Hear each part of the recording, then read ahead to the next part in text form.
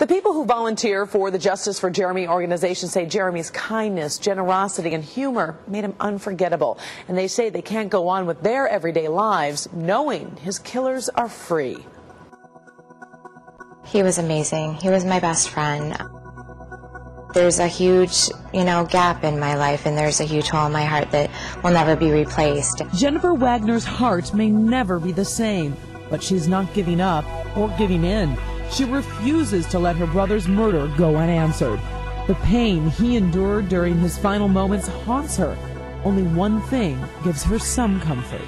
Something that the police did tell us that, if there was any consolation to me, that they could tell that he fought very hard to stay alive. And to me, that makes me very proud, because I don't believe it was his time to go. In fact, Jeremy fought so hard, police tell Jennifer they were able to take skin DNA from under his fingernails and collect some hairs from his killers. This June marks the second anniversary of Jeremy's death. It was June 10th of 2008 when a passerby found a battered body here on the 3900 block of Buffet Street near Eastern Market. Jeremy had been beaten and stabbed not far from where he lived. It just makes you a little bit more aware of the evil that's out in the world. I'm very much so more concerned about my own safety, because these people are still out there. But despite the DNA evidence, there's never been an arrest made in his case. No one knows why anyone would want to hurt Jeremy. He was a popular hairstylist at a Royal Oak salon and had a loyal clientele. His friends and family say he was kind-hearted, even spending his free time rescuing animals. Jeremy was the kind of friend who gave such thoughtful cards, they've become keepsakes. Thank you guys all for coming out. Beautiful. Now, Jennifer and a core group of half a dozen volunteers, mostly who are women, are working to find Jeremy's killers. Some members of Justice for Jeremy are lifelong friends.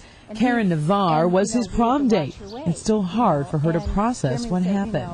When somebody is taken from you in this way, that they're murdered and left like garbage in an empty lot, you just, people try to save animals for less. Every volunteer is committed to raising money for the group.